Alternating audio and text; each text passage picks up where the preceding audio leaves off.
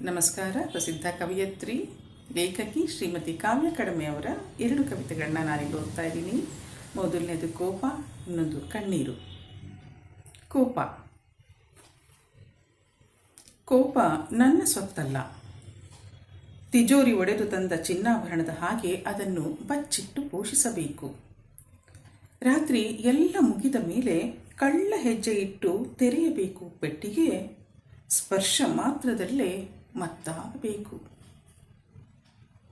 ಜಡಬಿಲ್ಲೆ, ನಾಗರು, ಬುಗುಡಿ, ತಟ್ಟೆ ಬಾವಲು, ಪುರುಗಿ ಬೊಟ್ಟು, ಮೂಗು ಬೊಟ್ಟು, ಕಡಲ ಬೇಲುಂಗುರ, ಕಿರುಬಿಲ್ಲಿ, ತೊಟ್ಟು ತೊಟ್ಟು ಸಂಮೋಹನಗೊಂಡು ಕನ್ನಡಿ ಮುಂದೆ ಬೆಳಕು ಹರಿಯೋ ಮೊದಲು ಮುಚ್ಚಿಡಬೇಕು.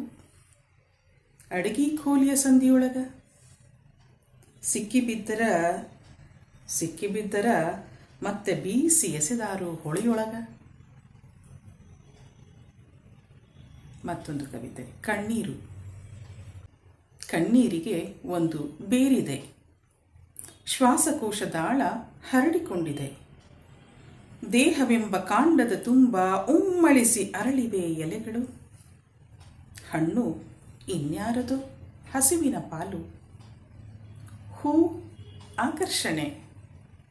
ಅದೆಷ್ಟು ಕಾಲವಾಯಿತೋ ಹೊಲದಲ್ಲಿ ಹೆಸರು ಬೀಸಿದಂತೆ ಬಿತ್ತಿದ್ದಾರೆ ಕಣ್ಣೀರಿನ ಬೀಜ.